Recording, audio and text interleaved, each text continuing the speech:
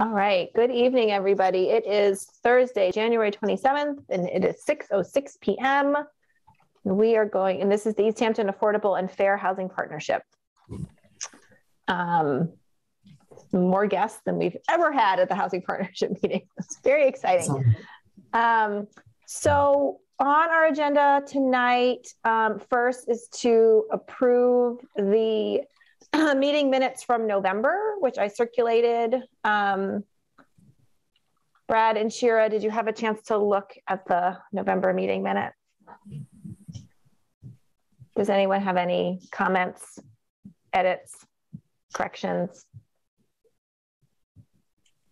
No, everything seemed fine to me. Yeah. Okay. Do I have a motion to approve the minutes? Yes, I'll make a motion to approve. Is there a second? Shira, you're on mute.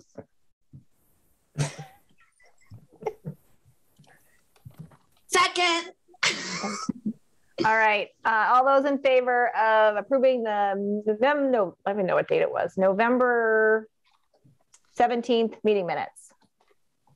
Brad. Aye. Shira. Aye.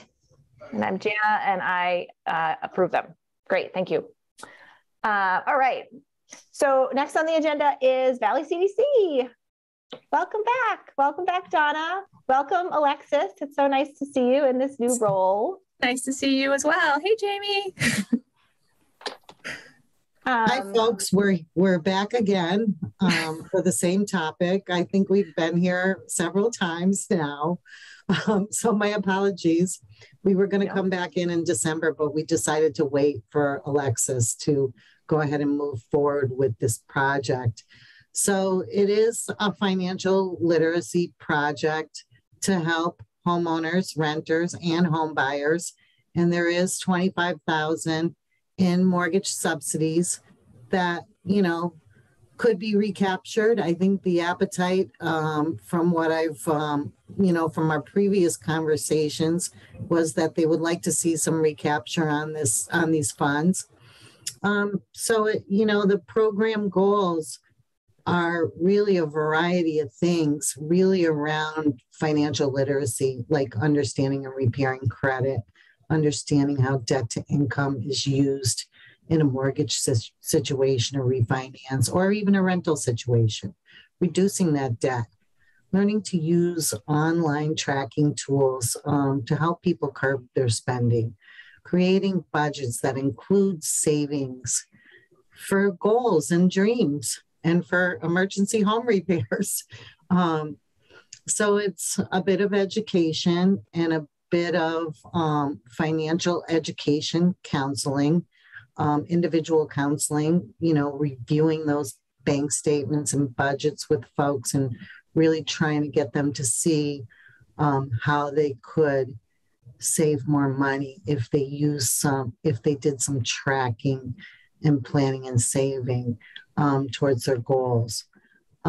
So I know I've discussed this. I don't want to bore you to death with this. I've discussed it many times with you now. You know, we expect that folks will improve their budgeting skills, will be able to save some money for their future plans, whether it's a better rental, a home, or to update that kitchen. We expect that at least 50% of the households would learn to use some kind of electronic tracking tools, because really, you know, we don't have time to sit down with the bank statements and really analyze every dime we spend. If we could embrace some of these tools, it really would help us a lot to see our shortfalls in spending, et cetera. So I'm happy to take any questions from anyone. You know, there are a lot of other anticipated goals and outcomes, but I know we've discussed this, you know, several times already, and I don't want to completely bore everybody to death with this. Yeah, I'll just remind folks that in the October meeting, this was sort of what we discussed with Peter and sort of recommended back. So because I know we've gone back and forth about what to include, what not to include, how much to include. And so this, just as a reminder to the committee, this was our recommendation back of what we thought would be a good thing to Right. propose. Does anybody have questions for Donna? I had a question about the budget. Okay. And this is maybe a little bit of a question for Jamie also. But I just wonder if you want to include in the budget, like what it's leveraging. So, because what confused me about the budget was the other funds column, because at first I was thinking that the other funds was going to be other funds that support the program, right? So, you know, a percent of your time, Donna is getting paid from Easthampton. And I was expecting the other funds column to show like, maybe it's just like what's the rest of the budget. Like, so, and I didn't know, Jamie, if you thought that CPA would want to see sort of what the leverage is. So typically CPA prefers to fund a project that has, that's leveraging other funds, even if it's just in-kind donations, or if it's, you know, salaries of people at the organization who you can count their time to it, or if there was, I know that the first-time homebuyer program is often sponsored by different banking institutes. So yeah, so anything you can include in the other funds. Right. So we did include the first-time homebuyer. We did include the first-time homebuyer workshops as leverage funds in here. So we do have a number of banks that sponsor classes, and many of them also support the individual counseling program through donations. But we could definitely, we definitely could work on this budget and you know, show some of the other funding sources for the program. Yep. For the total, you know, the total program. It wouldn't be specifically for the Easthampton program, but you know, other I think it's important. I think it's important for them to see what the total program costs, like how much it costs for Valley CDC to run this program. And so they can see, oh, Easthampton's a piece of all the things that Valley does. Right. Right. Sure. We can work on that. Okay.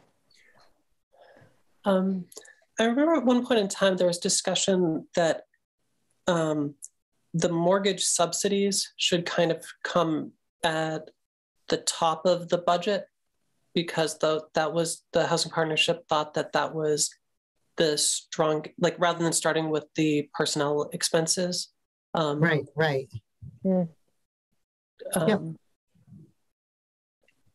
Yeah, I just don't want you to get stuck in like a conversation about why are we paying for staffing, even though I don't think that the CPA will do that, but they might. They might. So you want to lead with the like, here's the money that's going to go directly toward the people. Right. Right. So we can update this budget. Okay. Any other comments, questions from folks? So I had a question, Donna, about in the past, I think we talked about this, and I don't know if you had included it, so I apologize if it is in there, but what the sort of target housing price is, and who that, what like income level it would be able to purchase, and then what income levels would be able to purchase with the subsidy? So I would say between 250 and 320. It's hard to say. It's hard to say for a purchase price between 250 and 320. I mean, I can't say where the rates are going to go, but where the rates are right now, folks at 80, you know, folks at 80 can get up to 320 because the rate is right at 3. You know, if I have a single person that's making, you know, 47,000 or 45,000 a year with the rate this low, and then they go to an MHP1 mortgage, get another discount, get a waiver of the PMI, it increases their buying power incredibly. But we can't tell where these rates are going to go. So I want to say like between 250 and 320, realistically. And that's for someone, so that's someone who's making 80. So basically the program, the housing subsidies would be going to someone who's making between 80% and 100% AMI. Right, but we hope we get somebody below 80 in there too. We hope to. Right. And obviously the interest rates are set to rise. That was the news this morning. Yeah, that's why I'm giving that range of 250 to 250 to 320 range, because when that rate's back up to 4.5%, the affordability isn't as great as it is right now. So that person making 45, they're back down to 250. They can no longer qualify for a $300,000 mortgage anymore. Right. And then you say that the median listing price was 230, but the median sale price was 360. So I think it's a typo, and it should have been 330, because because we still have this dynamic of people bidding over. Right. It's calming down though, thank goodness. Okay. But it's good to see that, because that means there should be some houses on the market. That houses are sitting a little bit longer. They're not flying off the shelf like they were earlier this year. And we're seeing some more reasonably priced, we're seeing some more reasonably priced inventory. But, I totally get it. It is when I see those row houses and the condominiums that we've worked with people on and how much they've increased over the last several years, it's pretty frightening. But it's still cheaper than renting. Long term, it's still cheaper than renting. And that's kind of the mindset that we want to get people in. People that are paying crazy rents, even if it's not right now, we want to get them thinking about this. Hey, if you bought a house at this much, this is what your mortgage would look like, kind of like a rental payment, what people are paying for rents right now. And, we want people to move forward financially, renters, buyers and homeowners. Not all of the clients will be buyers buying now, but we hope to put that bug in their ear that maybe, the future has that for them, that they're not going to continue to pay these crazy rents, and they're maybe going to start to really track their spending and really, make some serious budget cuts. Not too serious. We gotta live a little, but, a little more balanced and, setting some future goals and planning and saving for emergencies and things like that people can handle a car repair. They don't lose a job over it. And, they're not losing the rental over the car repair, because that happens. It happens to people.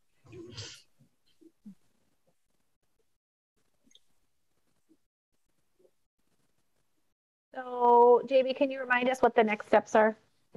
Yeah, so if the Valley's ready to bring this to CPA, then the next CPA meeting is going to be the third Thursday in February, which is, I don't have the calendar in front of me, but I can send you that information after the meeting. 17th. The 17th, yeah. Thank you.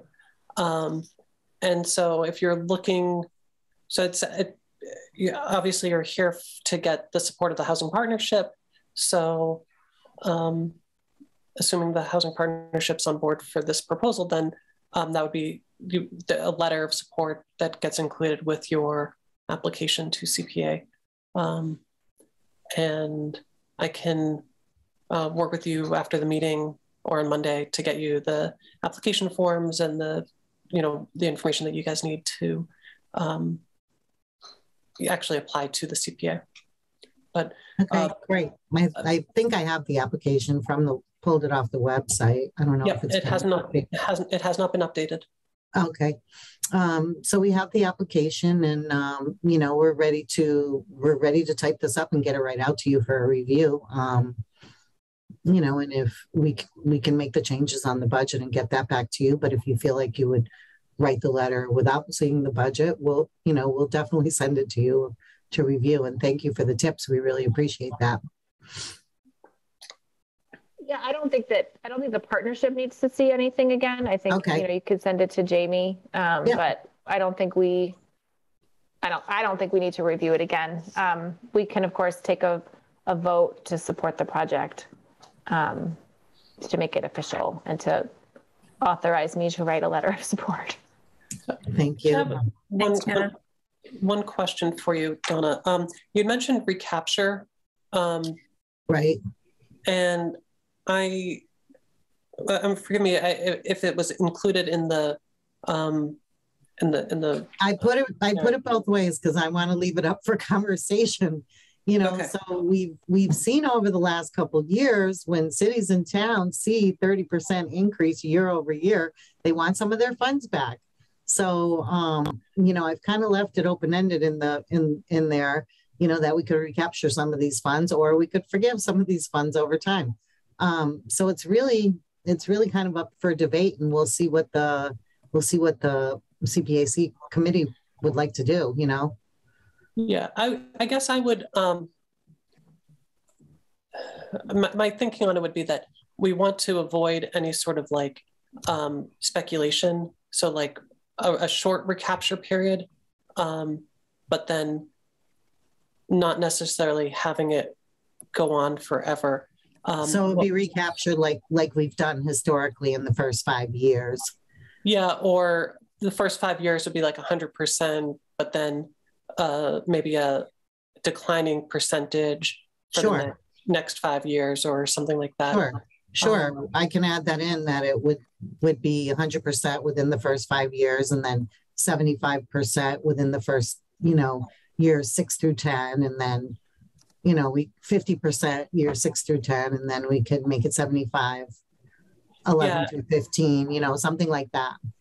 Right. And so when we do the housing rehab program with community development block grant funds, we do a 15-year recapture for funds up to $35,000. So, and it's a 1/15 is forgiven every year, I believe. But there's a anti-speculation clause that, and I'm not, so if it's sold within the first 5 years, all of it's back, get recaptured. Yeah, it's like it's not 1/15 each of the first 5 years. I don't think you start forgiving anything until the 6th year or something. Yeah, so you could propose something like that. I think the question would be for how, whether or not we want it as a 15-year recapture or a 10-year recapture, and maybe the housing partnership has some thoughts on what they would like to see or what they would recommend.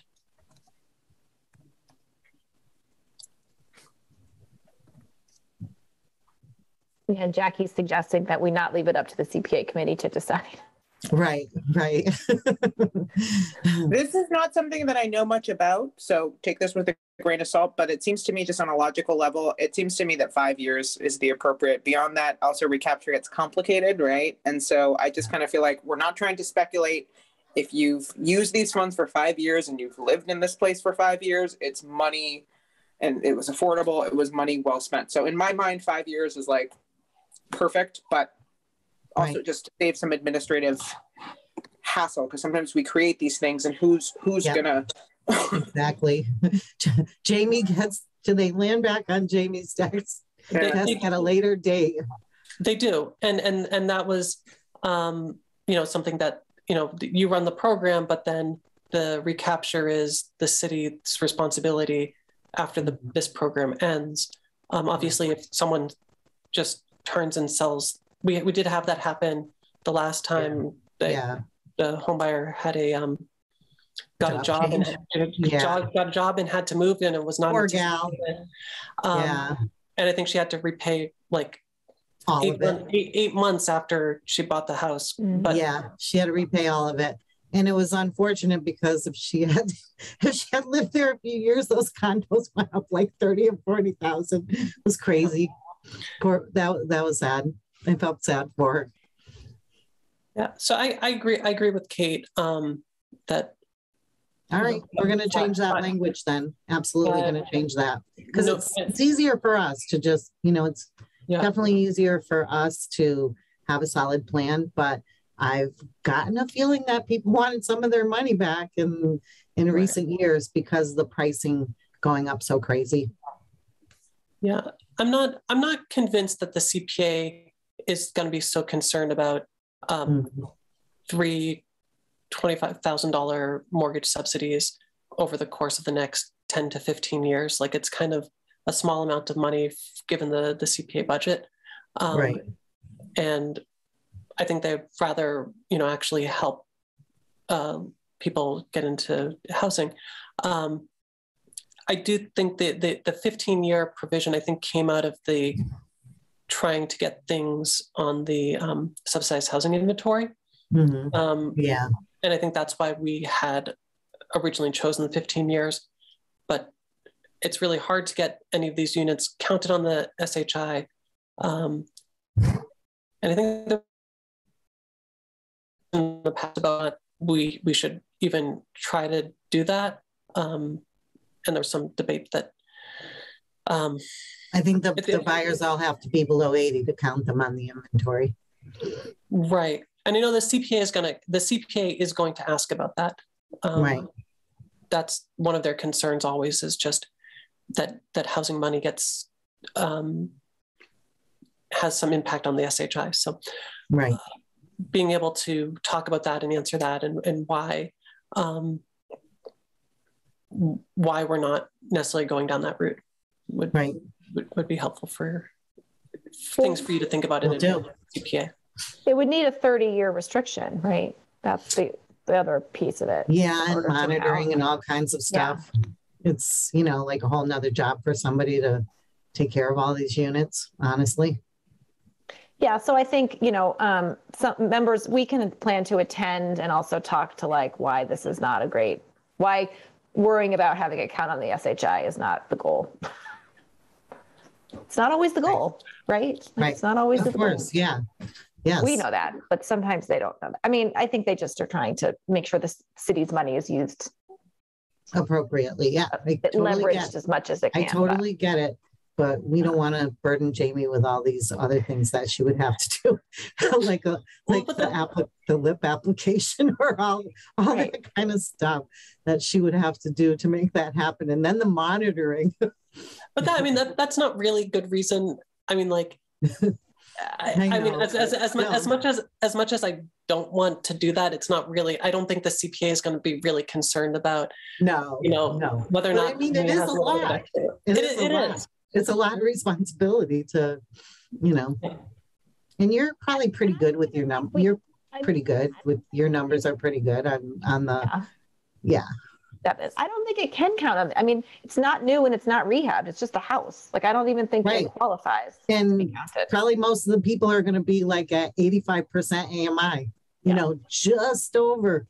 Because I talked to a lot of people with the 80% programs, and they're $300 over, and they're buying the house and they can't qualify. It's kind of where we've been the last couple of years. Yeah, I mean, we need to. I think it would need a permanent deed restriction for at least 15 years, and and there's the question about whether or not that actually helps anyone, because then they're locked into that lower. They can't resell. They can't see any of the gains that their housing, that their value, that the house would increase. And it's really complex because we don't know what's going to happen with these HUD incomes and what's going to happen with interest rates. And are people that are below 80 going to be able, over time, if HUD keeps lowering like they have been, they keep lowering, the rates keep going up,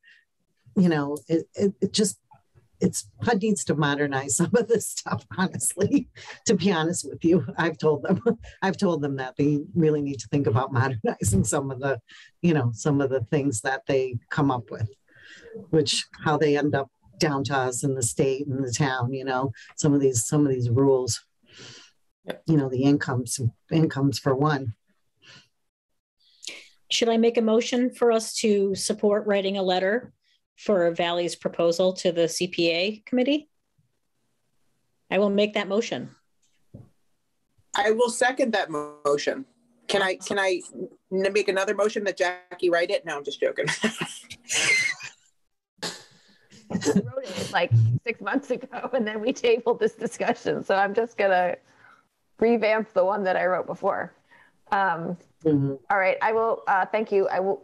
So we can take a vote. Brad. Aye. Jackie. Yes. Shira. Aye. Earl. Kate's, your name says Earl Miller. It like totally throws me off. Oh, sorry. I must have not logged off. Sorry, my computer. I'm going to log back onto my computer anyway. I must have been on. Yeah. Okay. I'm going to log back on soon. But Kate votes yes. And I'm Jana, and I vote yes. When you first came back on, I'm like, oh, there's another guest. And I wrote it down. And then I'm like, no, that's Kate. Never mind. I had Earl Miller as the guest list until I saw the. Sorry, guys. My computer's being funky and I had to restart it. So I'm on my phone now. Okay. Great. Actually, my computer is going to force me to restart it in 12 minutes. So I'm going to also have to log off and restart and log back on, which is very annoying. But I think Donna and Alexis, you are done. Thank you for coming again. Thank you so much. Thank you so much for having us, and thank you for your support.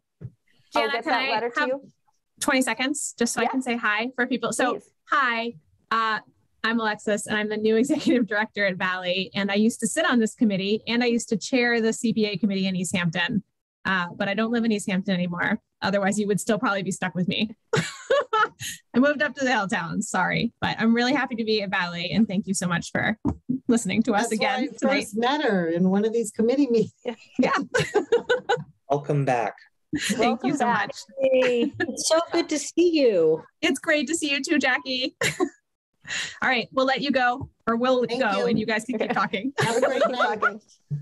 Thank you so much. Bye. Thank you. Great.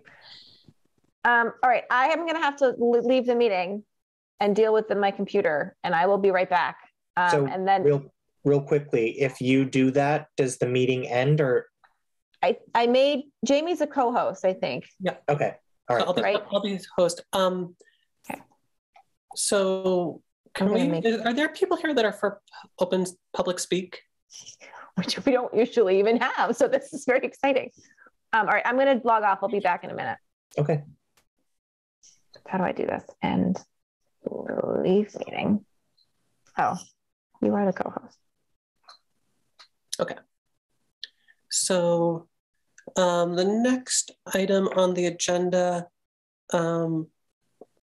we have the MEI Stakeholder List review, which Jana was going to take the lead on.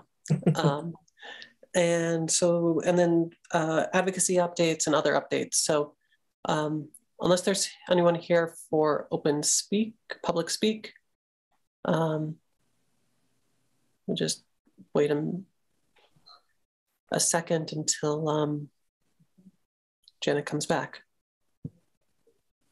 So someone wrote in the chat here. Thank you, Nicole. We would love to have you join us if you want to. Looking for new members. So Well, I did tell Jamie this earlier, but I wanted to share with the partnership because I think this is really great news.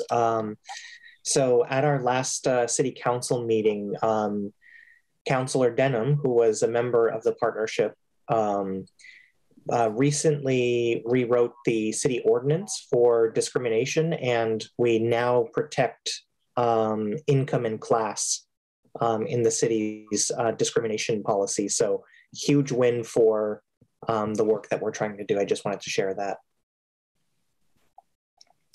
Awesome. Thank you. I just gave Councillor Denham a ride home, and she happened to mention that in the car. Go, Connie. Yep. Yeah, she's a great. mover and a shaker. Nicole, do you want to say anything about your interests? You want questions for us while we're waiting? I am just listening. It's a lot to take in. I honestly, to be honest, I don't know exactly what you guys are talking about, but I do live in low-income housing, and I do see a problem with certain things of not really getting proper help or resources. I know you guys were just talking about first-time buyer class. That is interesting. I didn't know you guys were helping with that, I think. But yeah, I'm just listening in and just giving some insight, I guess. Cool. Oh, great. And Zach is waiting for their appointment to be approved. Cool. Nicole, I want to say that if you're interested in joining the partnership, you could sit and have coffee with Janet and I have been on the partnership the longest, but Kate and Brad and Janet and Shira is still relatively new, so I wouldn't make her feel like she has to speak for all of us, but there's a lot of acronyms in a lot of what we do, but basically what we are is a committee that helps to provide some feedback and insight about maintaining and supporting affordable housing in the city. So, but yeah, there's a lot of details to it. Yes. Would be happy to like sit down and chat with you more about what we can do, what we can't do, and what that looks like. Absolutely. Yeah, sure. Love that. Yep, I second what. And we really need people in any capacity. So if you're at all interested, even if you don't want to like come to every meeting, we really need some help around this stuff. So there's also like other ways that you can help and show up. Yeah, I want to figure out ways to help people in my situation, and just because I don't know if you noticed, but like these wait lists for housing is like 10 plus years. It's just at a standstill, and it's like we're not really helping these people get out. Because for me, I don't want to live here the rest of my life. I want to buy a house. I want to move on. And I'm currently taking real estate classes. Like I'm just trying to make something of myself and not live in low income for the rest of my life. And I'm sure other people feel the same way. And it's just like, I don't think some people know they have resources out there. Yep. Well, and we really do want people from different backgrounds and different skills. Like Shira, I don't mean to put you on the spot, but like Shira is a small landlord, right? And so I think it's really cool. Like there is, I won't lie, there's some boringness to this committee. It's not as exciting. Everyone's like low income housing, but it's complicated. But I also think that some of the small tasks are important enough. And again, there's lots of ways that you can help out either by joining the committee, or like we're also doing this really cool project when Jana comes back on that she's going to talk about that. If you didn't have the time to come every month, you could also be part of that. So it's exciting to have you. Thank you. Okay, thank you. Hey, I just can't ever see people on my phone. So I'm like, oh, I didn't even know we had anyone new. Hey, that's a perfect segue because Jana just came back and now we can talk about the MEI partnership, and it would be a great opportunity for Nicole and Zach to learn about that. Everyone who's tuning in remotely or will be watching this recorded. I'm sure we get lots of people who watch this recording. Yeah, so that is a great segue. As a reminder and background for folks who are new, Easthampton was selected as one of the 7 communities to participate in this municipal engagement initiative that's sponsored by Citizens Housing and Planning Association, which is a statewide advocacy and planning and technical assistance organization in Boston. And so we are basically, the technical assistance that they will provide to us is to help us to build a coalition of folks who want to work on affordable housing that is different from the work that we do on the housing partnership. So as folks were explaining, the housing partnership can be a little technical.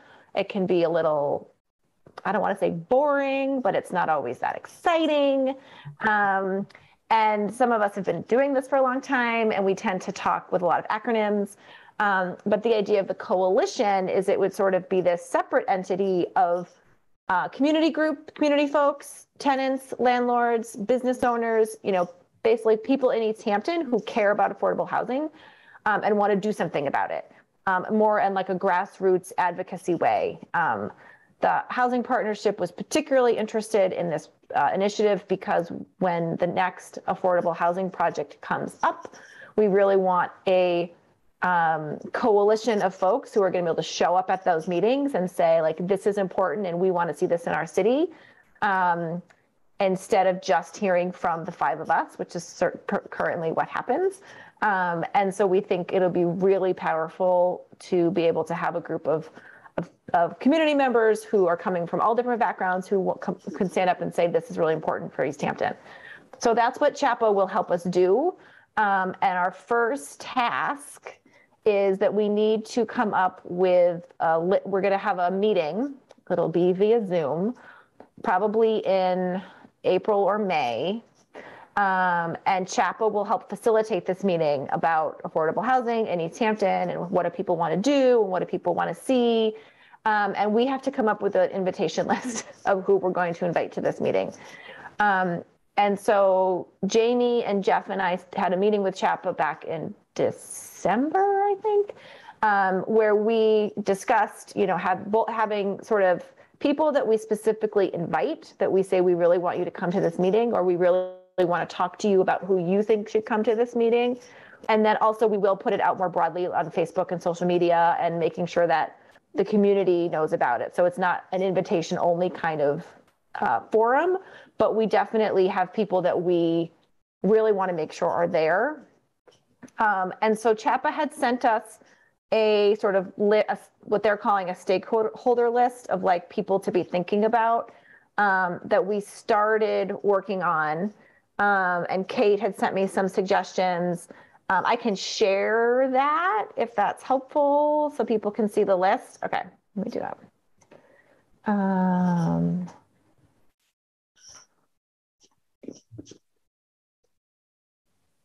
Okay, can you see my screen? I'm gonna hide this column because I put people's personal contact information in. So this is like me. Oh, go ahead. Can you zoom in, or if you make this your shared screen a little narrower, it will zoom in for us? I don't know how to do that. I can make it bigger. Yeah, that's fine. I think if you drag the right corner in so that we're not seeing columns D through O, that might help you. Drag the column of my screen? Just your Excel spreadsheet. It's all good though. It's okay. It's fine. And I'm very challenged by what you're asking me to do. Hold on.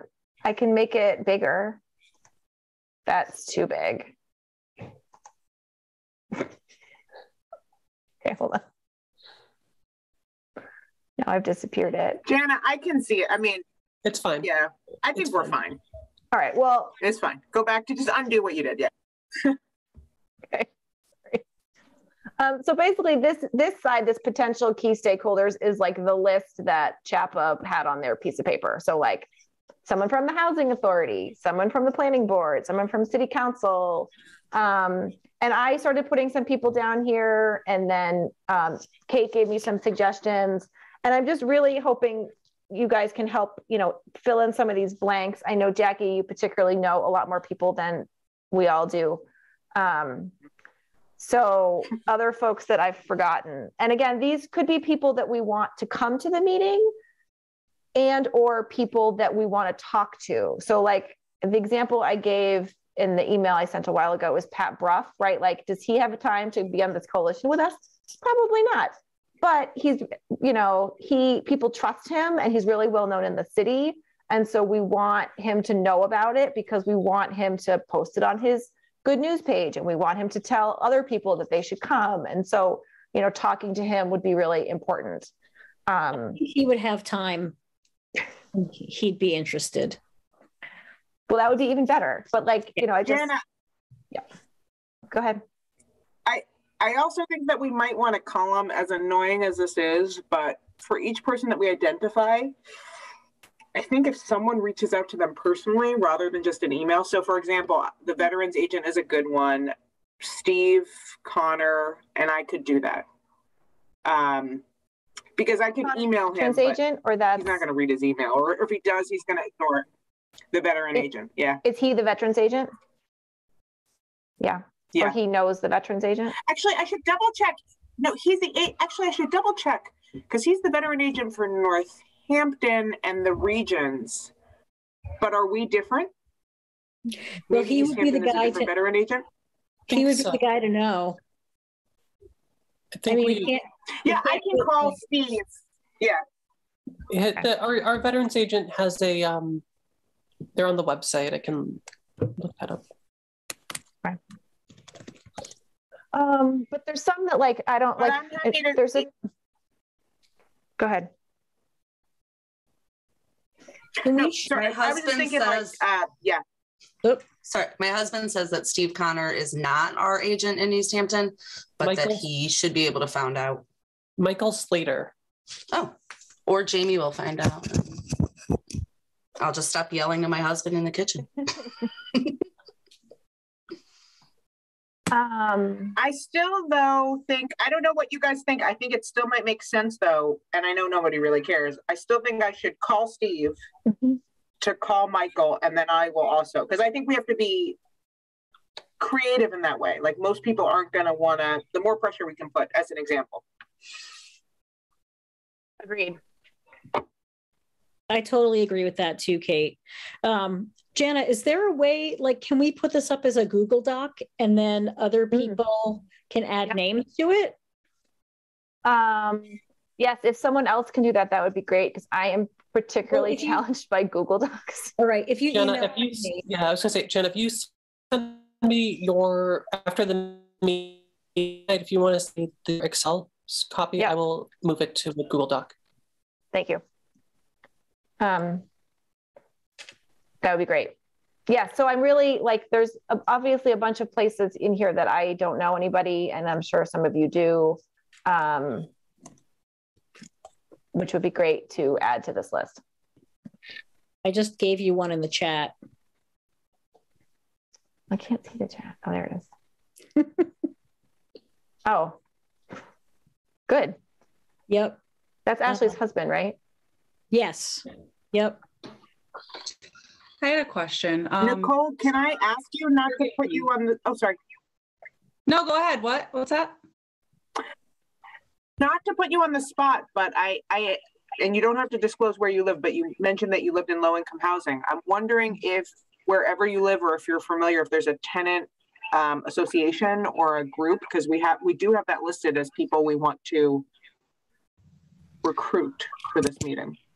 Yeah, what exactly is this spreadsheet? If like a brief summary, like what exactly is the goal with this? So the spreadsheet is to help us identify people that we want to invite to this first meeting that we're going to have to talk about building a coalition in Easthampton. So people who either we know care about affordable housing or might care about affordable housing if we invite them to the meeting. Okay. Well, my mom works at Riverside, so maybe we could add her and I could talk to her. Okay. And do you want Nicole, to put her name on here? It might help Nicole to think about it. It might help to think about this as like, we've had to go to lots of, I think Jana said this already, but whenever there's something coming up where we're trying to create more affordable housing, there's a lot more people who come up to say no than come to say yes. So this is the coalition of people who aren't just this small group to go to those kinds of meetings to say, yes, we need more affordable housing. We need this project to go through. So that's. I think my mom has seen it firsthand too, and not just me, but my grandmother and my aunt both live in income housing as well. Mm-hmm. So I think she sees my side as well. So she might be of help. Her name is Angela Murphy. If you want to add her, and I can talk to her about it tomorrow too. Awesome. Thank you. So Jana, can I ask you a question about, so again, and Zach, you can jump in too. This stuff is like super confusing. So please interrupt us, and Shira too, because Shira's newer. So if we could back up, so MEI is this program that is helping us do some more outreach, right? So Jana, do they have any tips? Because I know it seems silly, but, and this is a little bit for Nicole, but it's for everyone. The moment you say affordable housing to most people, they close their ears and they zone out, right? And so one of the goals that we have for this whole training is how do we frame things? How do we bring, because affordable housing isn't just about housing, right? It's about education, it's about health, it's about reading and literacy. So is there anything in the MEI, Jana, like have you gotten any kind of support, or have we gotten any support? Because maybe one thing that might be helpful in starting this endeavor, I hate to be dorky, but like to just have like a summary sheet of what this first meeting is about, so that when I talk to Steve, I can, not that I'm going to look at bullet points, but that I can say to Steve, hey, Steve. Yeah, so I think, yes, I'm following what you're saying. So they will give us the language to use in the invitation. So basically what they're looking for us to do now is start our list. Then Jamie, Jeff, and I are supposed to meet with them again. And then they will provide us with the, here's what the invitation's going to look like. Because they're facilitating the meeting. It's not, it's going to be like what they're going to talk about. but but I think you're 100% correct, Kate, is that part of this is figuring out how to reframe the discussion. And so when they've done this in other communities, like the coalitions are not called like Affordable Housing Now, they're called like, Equity Arlington, and like, things that have a more inclusive sort of description. So it's not, even though it's about housing, it's really about equity, it's really about access, it's really about affordability. It's not sort of, it's using language that is more accessible to people and maybe also not quite as polarizing. Like people hear affordable housing and they say, oh, I know what that is and I don't want to talk about that. So they will help us frame that, and then they will, the technical support, because we were accepted into the LIGHT program, the technical support that we get is LIGHT, right? They're going to facilitate this meeting. And then their hope is that like magically there's going to be people at this meeting who is not the 5 of us who are going to agree to take this on and do this work. And I'm skeptical that will happen in the first meeting, but, and then they'll provide some TA to us like going forward, but they're not going to facilitate multiple meetings. They're only going to facilitate one.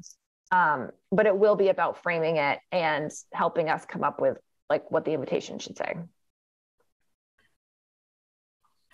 So then that was really helpful. I'm going to actually take back my previous suggestion. You can still keep me there as Kate for Steve, but I actually think we shouldn't really contact these people yet, right? We should not contact them yet. Right. Chapel will give us guidance on what to say. I think we can still have it in our head that you're going to contact Steve, but you don't have to contact him yet because we also don't have a date or anything. So when we did a similar type of targeted outreach when we initially started our municipal vulnerability preparedness grant program. And rather than doing emails, we did just hard copy letters to folks because people don't get a lot of actual physical mail these days. So it was much more, I think we got a much higher response rate. And then subsequent contact was via email, but it allowed us to show the seriousness of the program that we're trying to start. Mm-hmm.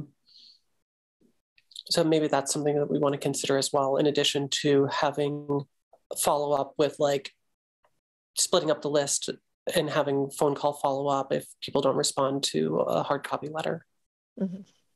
We can also figure out with Chapel what they recommend. Right.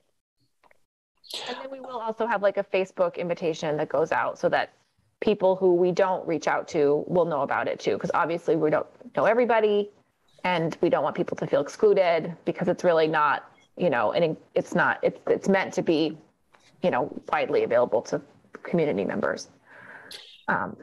So Jenna, someone I don't see here is the mayor. I don't know if... Yeah, I don't know. The mayor's not on here. Oh, well, I think this, I can put here. Yeah. There. And the other thing,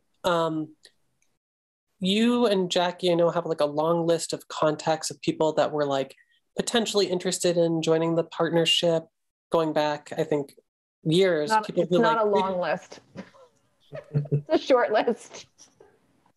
Well, in the last 4 or 5 years, there's been at least 5 or 6, maybe up to 10 people who've come to housing partnership meetings a few times and then stopped coming. And I would, if you can figure out who those folks were and reach out to them again, because they do have at least a stated interest, and maybe the acronym soup of the housing partnership kind of wasn't really all that appealing, but might be a good. Well, I was also thinking too, like former housing partnership members. So we actually have quite a few former members who are still around, like Andy and Vicky and Ken, and like, so they were interested in this at one time, and so they might be interested in this sort of different level of engagement. Yep. Yeah. And Jana, I just put a bunch of people's names in the chat, which maybe you can't see right now while you're screen sharing, but I started filling some stuff out there. Great, thank you. And I'll keep thinking about it. And once this is up in Google Docs, I can add more folks to that as well. Thank you.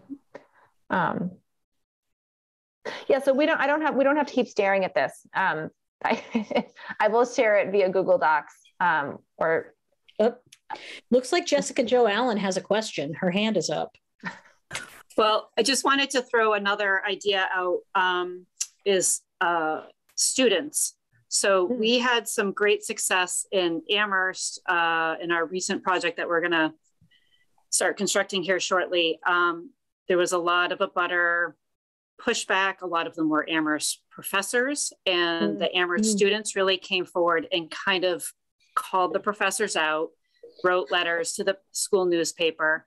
I know that we don't have a university in our backyard here in Easthampton, but it could be another really great group of advocates to add to the list.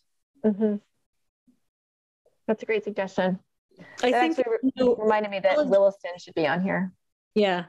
Isn't it already? I thought it was for some reason. There are a lot of HCC students who live in Easthampton too, or GCC. So HCC is kind of in our backyard. So do these folks all need to be Easthampton residents? They don't. Okay. No. Okay. So, I think another thing too, there's a huge portion of the School of Public Policy at UMass Amherst with students that are studying housing policy or, poverty alleviation and things like that. So, even just having some policy minds, that this might be something that they would be interested in. So when that time comes, I can absolutely reach out and see who might be interested in. Great. Wait, what was it again? The UMass? The School of Public Policy. Okay. Yep. Perfect. I mean, even just the regional planning, right? There's a whole bunch of overlapping programs with folks that are interested in this kind of stuff. Yeah, that's a great point. So that Valley CDC, have we had a program like that before? I'm wondering if there are people who have benefited from something similar who should maybe be on this list. That's great. We have run first-time homebuyer programs before. There were 5 people who got subsidies, and there were 40 people or so who took the classes, but for whatever reasons were not actually able to purchase at the time. I don't have the number of people, the people who took the classes. I do have contact info a little bit for people who might have received the subsidies.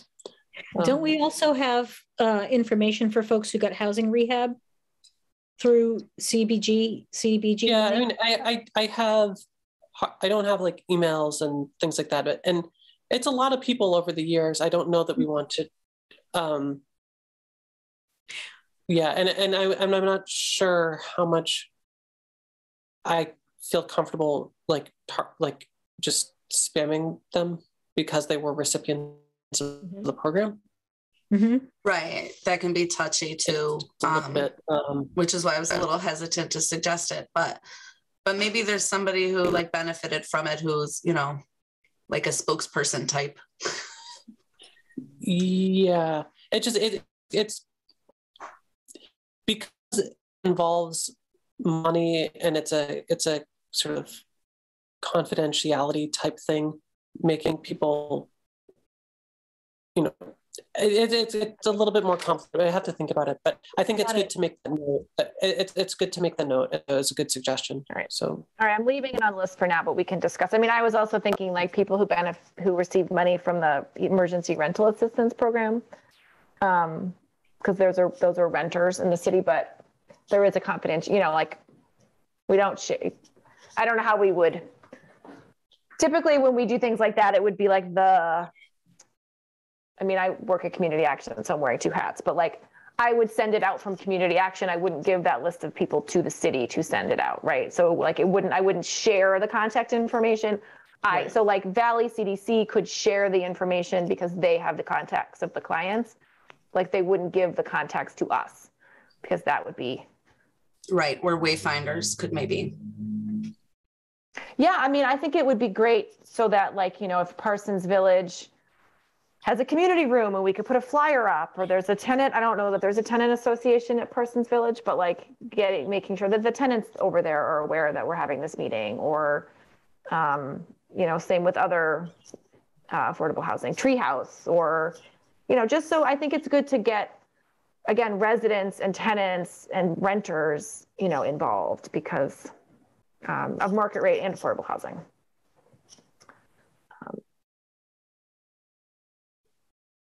Okay, I mean, I can stop sharing and we don't have to keep staring at this. And then people can add to it. I do want to set a deadline though, because we need to meet with, it's basically February.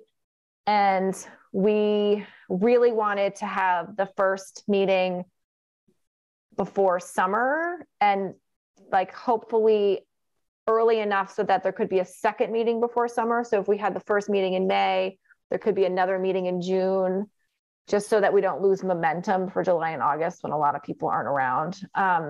So I do want to like get this in a good spot so that we can meet with CHAPA and figure out the next steps. So what do you think is a good deadline to set for ourselves to kind of really add some people to this list?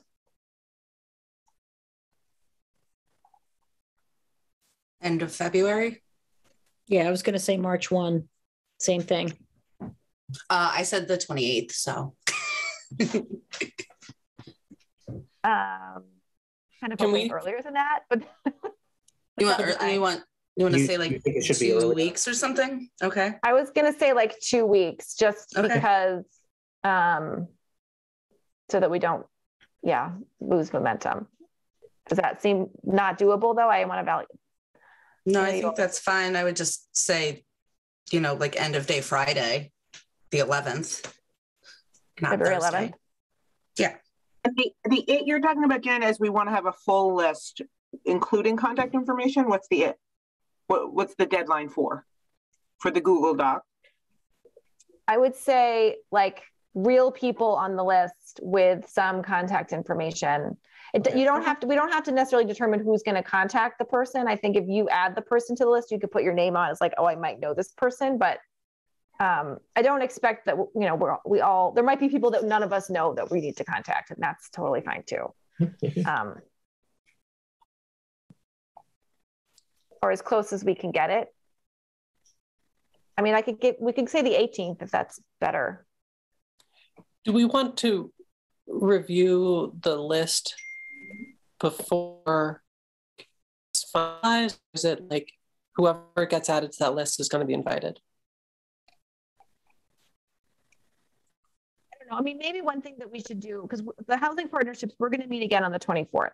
So I think what I would like to propose that we do is Jamie and I reach out to CHAPA and say, hey, we're working on our list. What do we do now? Do we need to meet with you? Tell us what our next steps are.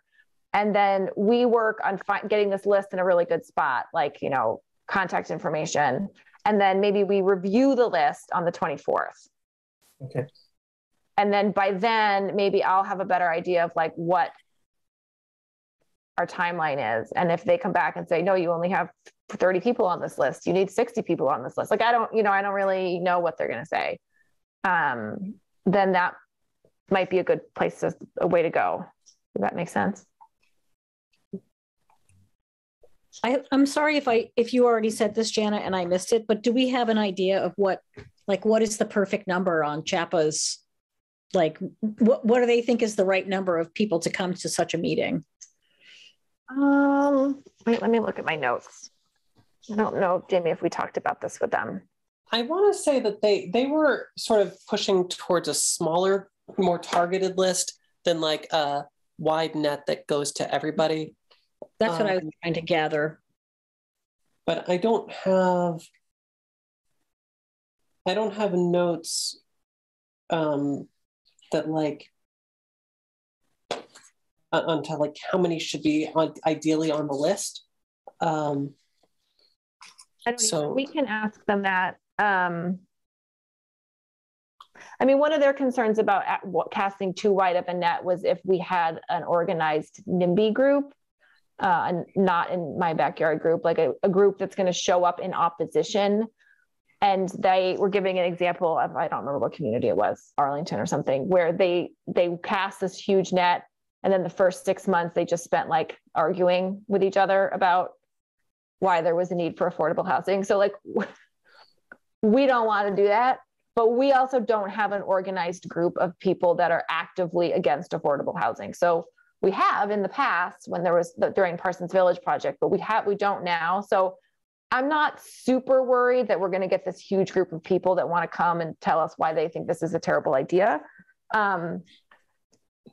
So that was their concern really about. And I think that's part of the vetting of the list process and the inviting people, right? We're going to ask them if they have an interest, and we're going to have to gauge. And if they're people we know well enough, hopefully we'll figure it out. You know, I'll just ask, Marty Klein, are you coming because you want affordable housing or because you want to drive us crazy? Everyone says yes when Jackie asks anyway. Not true. Right. Did we decide on the 11th or the 18th? I think the 18th is fine. I mean, because we want to have it ready for the 24th, correct? Right. Yeah, I think that's okay. All right. Well, what if we say like the 11th, and then we all have a week to kind of look at what other people have done? Yeah. Well, it'll be in the Google Doc, so you'll see it. Yeah. So how about if on the 11th, one of us emails the rest of the group to say, hey, did you look at that? That'll be like, I need a reminder. I won't say we, I'll say I'll own that. I always need the reminder, so. All right, so I will remind you all on the 11th. The hopeful deadline is the 18th.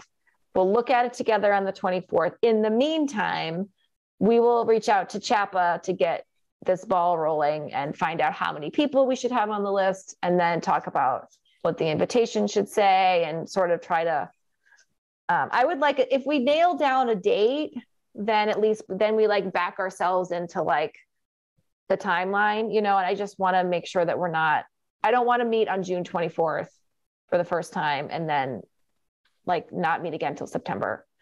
Because again, like we get this one meeting with CHAPA, this is it. So I want to try to make sure that we give ourselves enough time.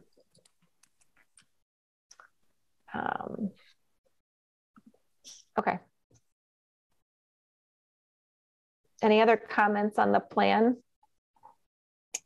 So just to clarify, so who is going to upload the document? So Jamie, you'll upload that and then you'll email all of us with the link to it. Yeah, I will either email it or I will ask Jenna to send it out, because I don't know that I have emails for Zach and Nicole and other people that are here that are participating that might not. So yes, I will put it up, and then I'll work with Jenna to make sure that everybody gets that link. Maybe Zach and Nicole can put their email addresses in the chat right now, and then we'll have them. Yeah, definitely. I'll go ahead and do that. Thank you.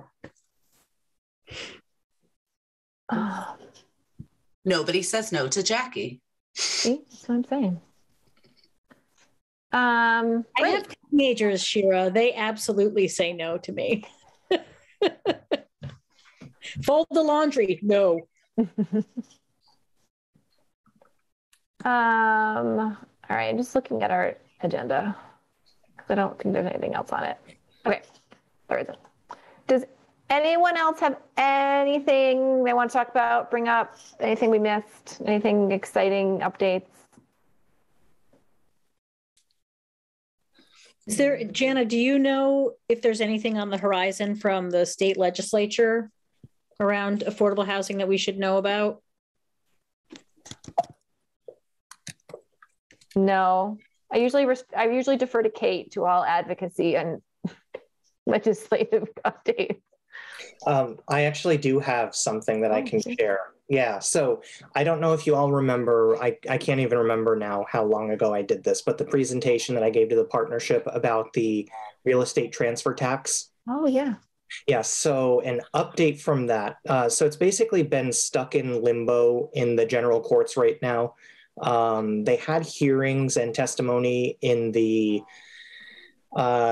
Joint Committee on Housing.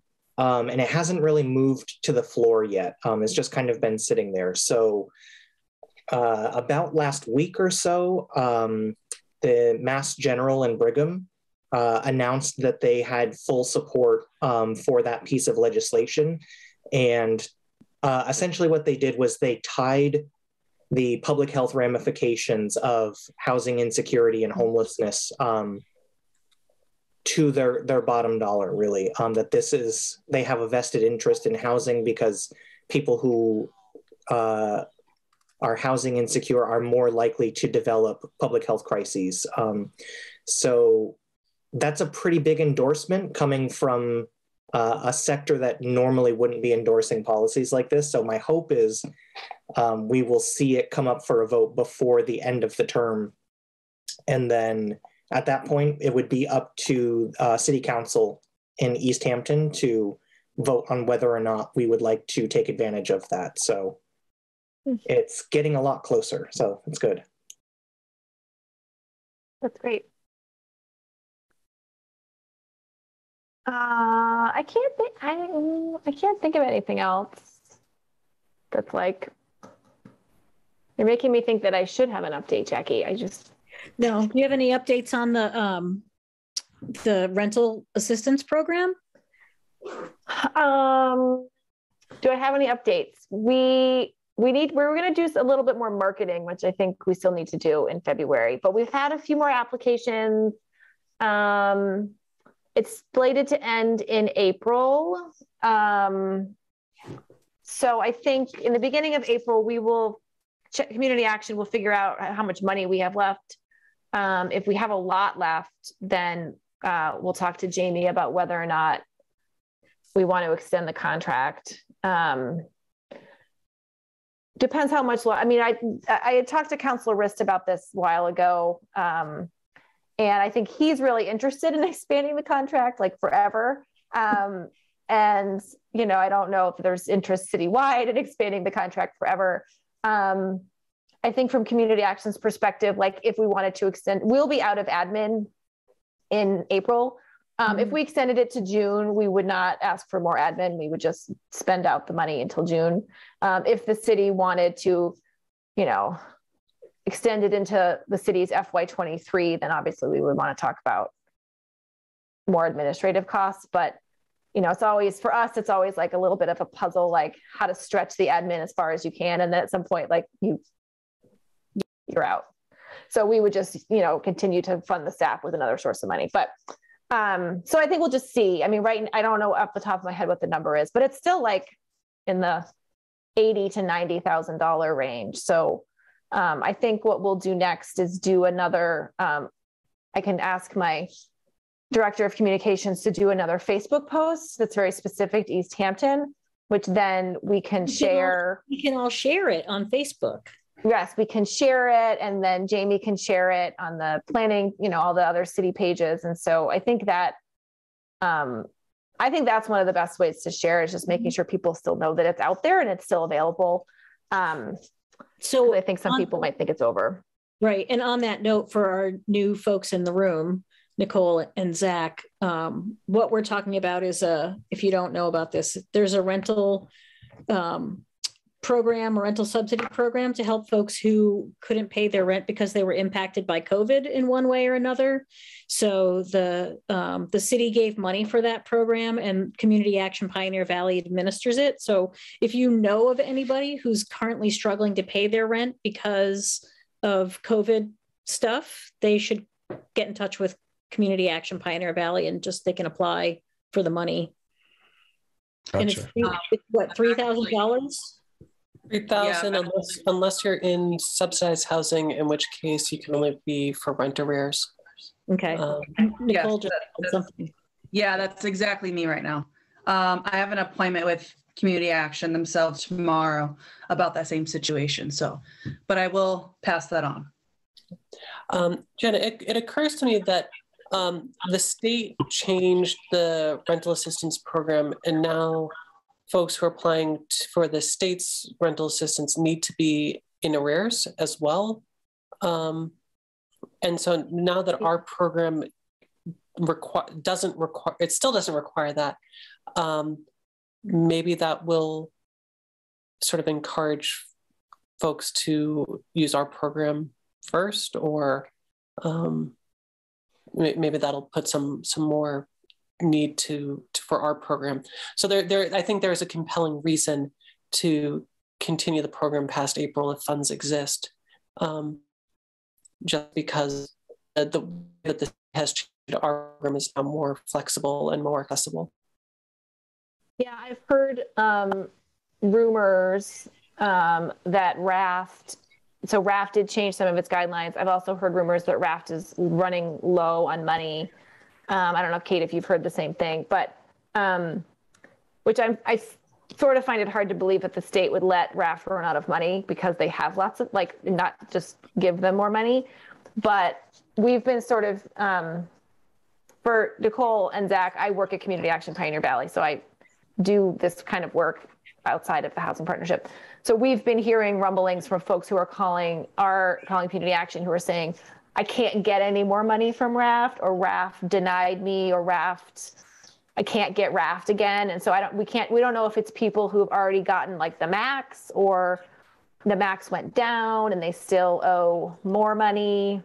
Thank you, Jackie. RAFT is rental assistance. It's the state's program to prevent homelessness. And they had tons of money during COVID, like tons. So it could be, go ahead, Nicole. Wayfinders too. I did apply with them before Community Action, and they told me my status is still pending, and it's about 4 to 8 weeks out. Oh, okay. Yeah. So they had, during the height of the pandemic, they actually were doing a great job processing applications, but it sounds like things have gotten slower over there also. I'm sorry if this has already been said, but do we know how long that is going to go on for, RAFT? Or is that like a permanent thing? RAFT is a permanent thing. So it's been around for a long time. The guidelines became much more generous during COVID. So the maximum amount that people were eligible for was increased. It was a little bit easier to apply during the pandemic, but it has always existed for folks.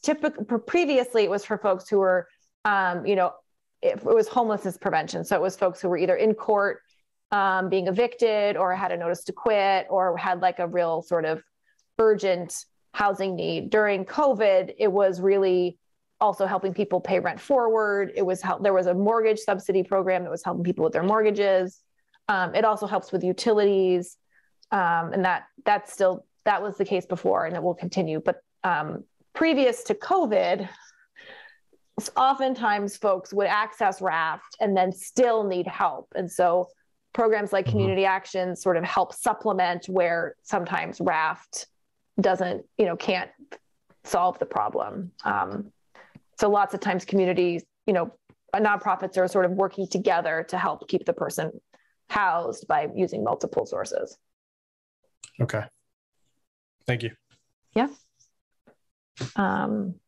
So we'll see. I mean, I do think you're right, Jamie. If RAFT starts to run low on funds and or becomes a little bit harder to apply for, then we will want to make sure people know about the Easthampton program, which is not hard to apply for.